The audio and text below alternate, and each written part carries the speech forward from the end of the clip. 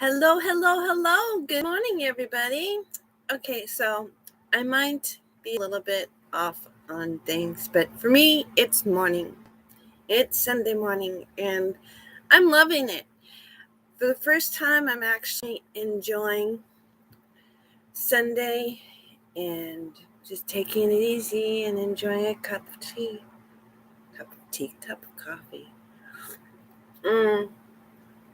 So today I'm discussing about journaling and something that I started last week.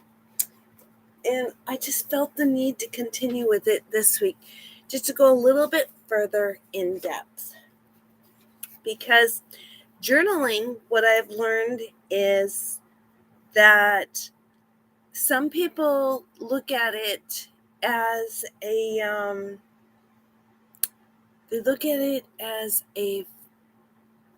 like you have to be an articulate manner. You have to do things just a certain way to write them. Some people might confuse them with a diary. I know for the longest time I had the two confused, really. Journaling is actually writing down whatever comes to mind. And I really thought that's what a diary was. And the irony is, in other cultures, diaries are actually a way of saying a schedule. In the United States English, it's a schedule. In other cultures, it's not. So what I'm talking about when I say journal is actually writing down thoughts, ideas, anything in between. And something that really came to me in this last week is embracing. This year is surrender. That's my word for the year. I don't know if you choose a word for the year, but if you do choose a word for the year, I'd love to know it if you're open to share. But a word that has come for me this week is embrace. Embracing new, embracing me, embracing life. And I have an IG channel, and I did do some embracing that I'm not quite ready to do on live.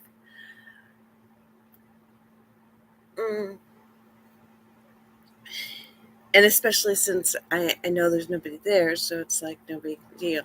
I know that there will be eventually, but that's okay. Anyhow, so my whole thing is that I have a podcast and similar name, Fibromyalgia Recovery.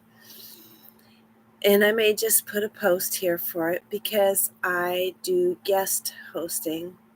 And I guess that my biggest thing is that I only have one post there because I was trying to figure out, okay, do I want to do it?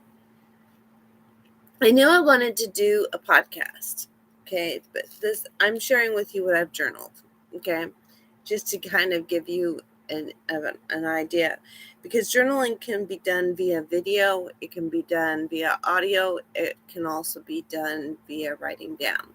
Now, old school, before all this tech stuff came up, it was only a written option, that's it. So I think that the video is really cool, and I think that audio is very cool because you don't see anybody, you just speak it and it writes out, and it's similar to like when you're talking to a counselor or something and you just write it out, and then the system writes down what you say. So that's the cool part about being in journal and video versus audio. Anyhow, I'm taking this on the slow side because I am super excited to share about the fact that I've been a part of a thing called Podcast Collaboration Club. I actually have a podcast I just mentioned, and it only has one podcast right now, but my goal is to start doing it so regular this year that we have like 50 plus. And what I want to do also on that one, at first I wanted to do it where work at home, where people could find jobs and do work and so on. And that's great. That's really great to have that opportunity. And I really was thinking 40s and, the age group and stuff. And then it came to me, it's like, no, because I'm really trying to gear shift.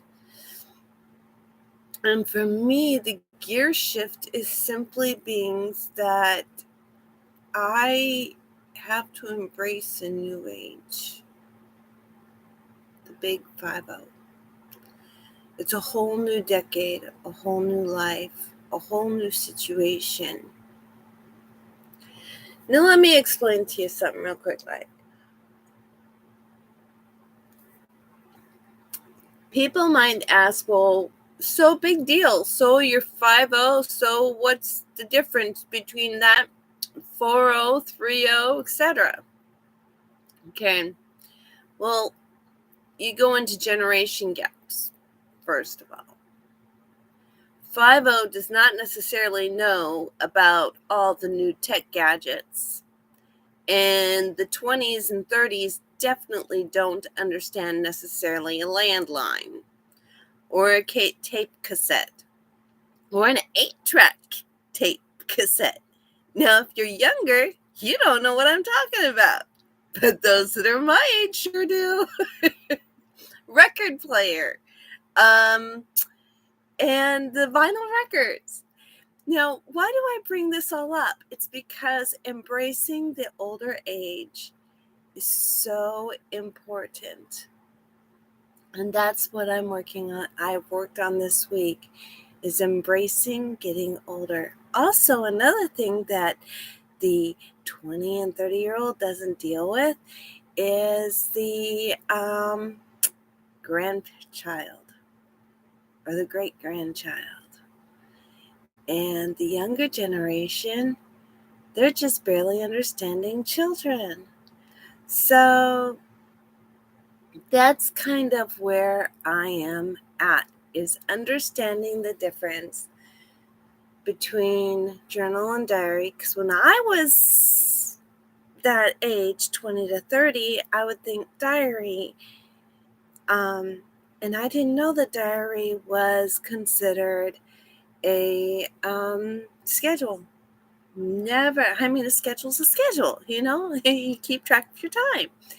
A diary, you write your personal thoughts on. A journal, you write down facts and figures. That's literally, and facts and figures can kind of go into accounting. And there is an element of truth to that. Journaling is facts and figures of your health, of your personal.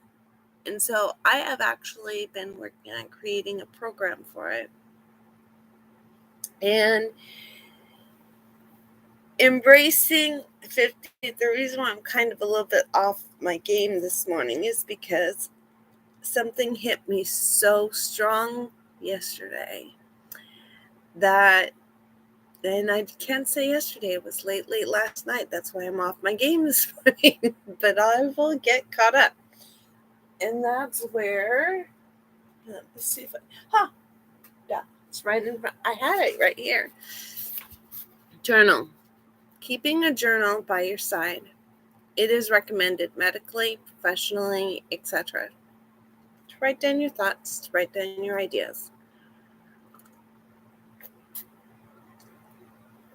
And boy, was mine a doozy. I wrote down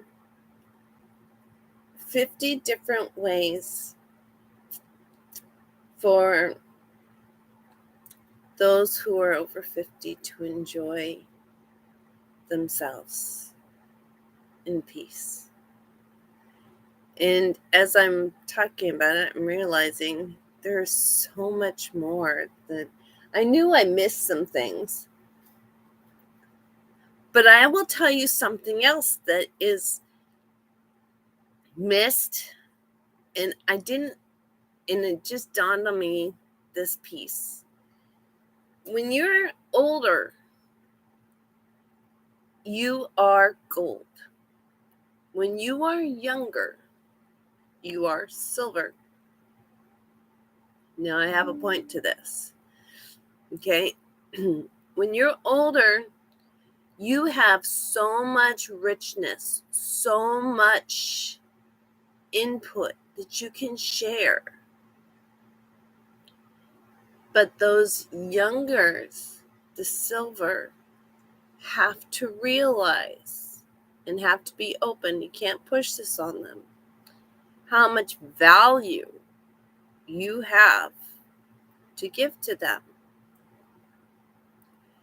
The reason I say this is because I realized late last night while I was writing down in my journal, my late husband, my second late husband, all of his friends I discovered were all younger than him. And he had a wicked sense of humor. But for me, all of my friends are older. They can be older, like in their 80s and 90s, all the way down to just a couple of years older. But something that I also realized, he was never truly open to taking in too much new stuff. I mean, he did have a few friends that were older, but they were very far and few between, and he did take in their knowledge. But then he passed it on to the youngers. And that's kind of where I'm at. And what I found is that as we get older, our minds, the best way to keep us in focus and in sharp, write it down, get it down, some way, get it down. Because the kids, when they are not open to hearing, they're open to reading, they're open to listening, they're open in other ways. They might not have time. They might not have the energy or the desire.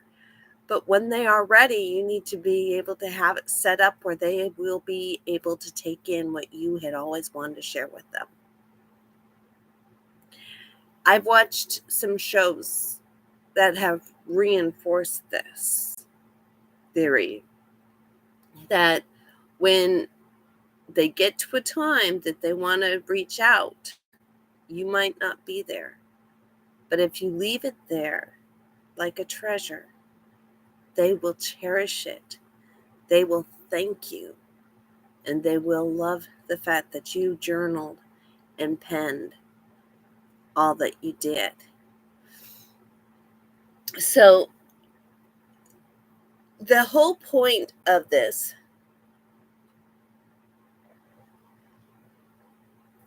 is to share how you can help the younger generation.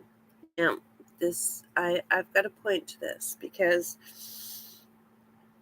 in the process, many people get stuck with a thing called fibromyalgia, chronic pain, chronic fatigue, and it helps to write out whatever hits you, whatever comes at you. Writing it out, writing it down, allowing it to be there, because it can help you, but it can help those who are helping you to understand why you're feeling that way. Now, once you're getting it out, don't pull it back in. No, that's not the point. The point is to write it out, write it out, write it out, and potentially save it. Now, the reason why I say potentially save it is because of what I just said about helping others. So writing it out can help to the healing process. It can also do something else. It can reveal things that you might have hidden within you. It might reveal secrets that you don't even realize that you have within. And you're going, oh my gosh, really? No way. This cannot be so. But in reality, it's everything.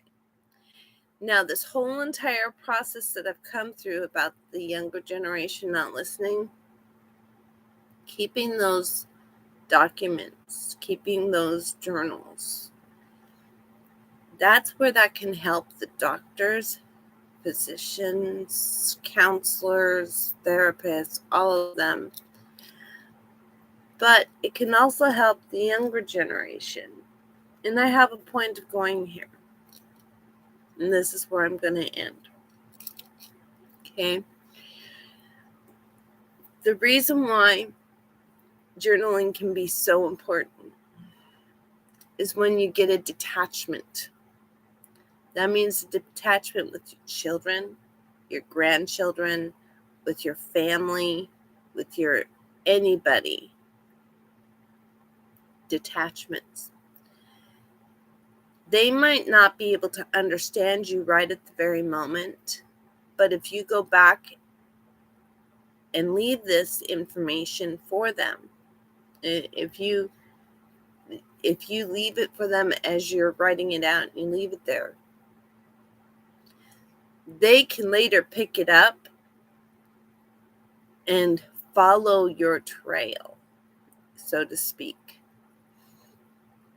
and be able to understand in their time, not in yours, where you were coming from when they were not wanting anything to do with you. Now, the reason I say this is because I'm speaking from experience. Based on lies and deception, I lost my kids.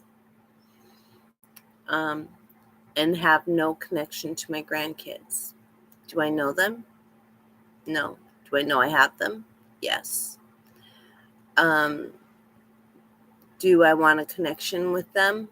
I don't know, because their mind and their words are not conducive for my health, at least not as of this time. They are very foul. And that's not my fault.